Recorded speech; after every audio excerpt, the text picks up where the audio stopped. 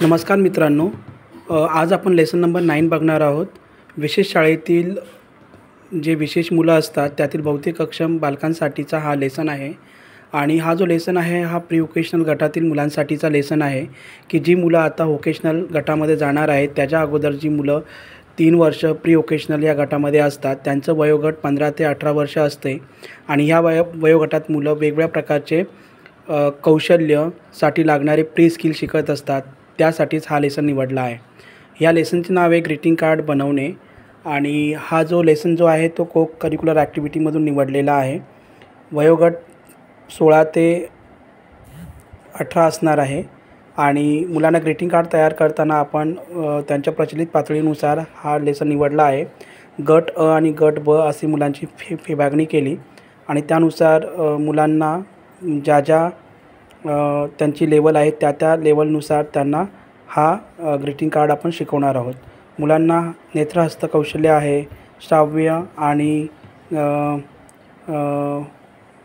श्राव्य कौशल्य मुलांना आहेत. त्याचबरोबर दृश्य कौशल्य पण मुलांमध्ये विकसित आहेत. त्यानुसार हा कौशल्य निवडला आहे. 30 मिनिटाच्या पाठामध्ये मुलांना आपण ज्यावेळेला ग्रीटिंग कार्ड तयार करायला शिकवणार आहोत तर अ गटातील विद्यार्थी आहेत ते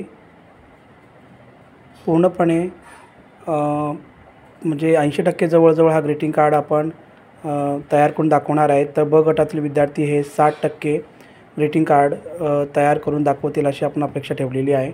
वर्गरचना तयार केलेली आहे. आपल्याला लागणारे साहित्य पण इथं लिहिलेलं आहे.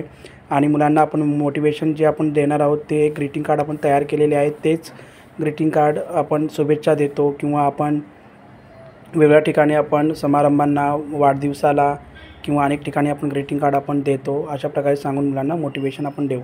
प्रशिक्षणार्थी शिक्षक पुढे जी टीचिंग लर्निंग प्रोसेस असणार आहे त्यामध्ये टीचर ॲक्टिव्हिटी आणि लर्नर ॲक्टिव्हिटीमध्ये हा पाठ टप्प्याटप्प्याने पुढे हा कसा फ्लो होत जाणार आहे त्याबद्दल शिक्षकांनी इथे छान पद्धतीने स्टेप केलेल्या आहेत.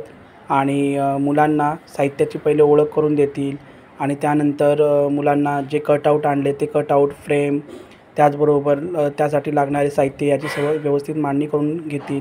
नंतर प्रशिक्षणार्थी शिक्षक छान पद्धतीने प्रशिक्षणार्थी शिक्षक विद्यार्थ्यांना हळूहळू इथे प्रत्यक्ष कृती करून दाखवतील आणि त्या कृतीमध्ये ग्रीटिंग कार्ड कसे टप्प्याटप्प्याने आपण बनवणार आहोत त्याचे प्रत्येक स्टेप्स मुलांना करून दाखवतील. त्यामध्ये कार्ड्स ठेवून त्यावरती मॉडेल ठेवून त्या मॉडेल किंवा त्या फ्रेममध्ये आपण चकाकी कसे टाकणार आहोत किंवा ते कशी पेस्ट करणार आहोत याबद्दलचे प्रात्यक्षिक करून दाखवतील, शाब्दिक सूचना देतील. त्याचबरोबर मुलांना करण्यासाठी ते प्रोत्साहित देखील करतील.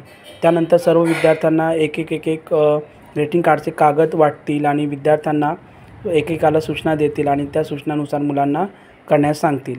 आणि ते जे स्टेप शिक्षकांनी स्वतः करून दाखवल्या होत्या तेच स्टेप विद्यार्थ्यांना करण्यास सांगतील.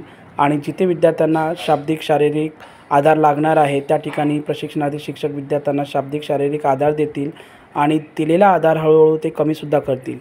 तर या पद्धतीने या पाठामध्ये आपण पाहिले की प्रशिक्षणार्थी शिक्षक ज्या ॲक्टिव्हिटी करणार आहेत, ज्या कृती करणार आहेत त्या कृती पहिले विद्यार्थ्यांनी पाहायच्या असतात. त्यानंतर विद्यार्थ्यांना ज्यावेळेला साहित्य दिले जाईल त्यावेळेला विद्यार्थ्यांनी त्या कृती करायच्या असतात. आणि त्या कृती करताना विद्यार्थ्यांना ज्या ठिकाणी आधार लागणार आहे त्या ठिकाणी शिक्षकांनी आधार देणे खूप गरजेचे आहे. ह्या सर्व गोष्टी या लेसन प्लॅनमध्ये आपण नमूद केल्या पाहिजेत. आणि हे लेसन प्लॅन लिहिताना आपण म्हणजे असं होऊ शकतं ह्या नुसार आपण हा लेसन प्लॅन लिहितो की विद्यार्थी आपल्याला अशा प्रकारचा प्रतिसाद देतील आणि ते लक्षात घेऊनच आपण हा पाठ लिहितो. त्यामुळे सर्वांनी लक्षात ठेवायचे की पाठ लिहिताना सर्व स्टेप्स जे आहेत ते स्टेप व्यवस्थित आपण फॉलो केले पाहिजेत. आणि साहित्य जे आहे ते साहित्यही मुलांना व्यवस्थित पुरेल एवढे साहित्य आपण आणले पाहिजे. आणि मुलांकडून सराव भरपूर आपण करून घेतला पाहिजे कारण की आपल्याकडे वेळ हा 30 मिनिटाचाच असणार आहे आणि ह्या 30 मिनिटामध्येच आपण स्वतः कृती करून दाखवायची. त्यानंतर विद्यार्थ्यांना करायला लावायची आणि प्रत्येक विद्यार्थ्याकडून ती कृती कशाप्रकारे स्वतंत्रपणे केली जाईल यासाठी आपण विद्यार्थ्यांना प्रोत्साहितसुद्धा केले पाहिजे. तर अशा प्रकारे हा लेसन ज्यावेळेला तुम्ही घेता त्यानंतर आपण पाठाच्या शेवटी आपण मूल्यांकनसुद्धा करतो की कोणकोणत्या विद्यार्थ्यांनी कसं ग्रीटिंग कार्ड तयार केलेलं आहे. अ गटातील विद्यार्थ्यांनी 80% ग्रीटिंग कार्ड स्वतः केलेलं आहे का आणि ब गटातील विद्यार्थ्यांनी 60% त्यांना मदत लागणार होती. त्या 60% म्हणजे विद्यार्थ्यांनी स्वतंत्रपणे 60% ग्रीटिंग कार्ड तयार केलं आहे का, हे सुद्धा आपण पाहिले पाहिजे आणि त्यानुसार आपण त्यांचे मूल्यांकन केले पाहिजे. रेन्फोर्समेंट देताना विद्यार्थ्यांनी योग्य कृती केल्यावर त्याला शाब्बास, व्हेरी गुड, छान असे आपण प्रबलन इथे देणार आहोत. आणि पाठाच्या शेवटी आपण मूल्यांकन करणार आहोत, सेल्फ इव्हॅल्युएशन करणार आहोत की हा पाठ कसा झाला, मला पाठामध्ये कुठे कुठे अडचणी आल्या आणि पाठामध्ये विद्यार्थ्यांनी कसा सहभाग दिला, कसा रिस्पॉन्स दिला, प्रतिसाद कसा होता, हे आपण ह्याच्यामध्ये लिहिले पाहिजे. शेवटी ऑब्झर्वर असतात, ते ऑब्झर्वरसुद्धा आपल्या पाठावरचं नियंत्रण कसं होतं किंवा आपण साहित्यांची मांडणी कशी केली, साहित्य कसे वापरले, या सर्व गोष्टींवरती ते स्वतः आपल्याला रिमार्क देतात आणि ते रिमार्क्स आपण वाचून ठरवले पाहिजे की आपल्याला पुढे अजून काय कोणकोणत्या सुधारणा आपल्या पाठासाठी केल्या पाहिजेत. तर अशा प्रकारे हा पाठ आपण घेतलेला आहे. थँक्यू.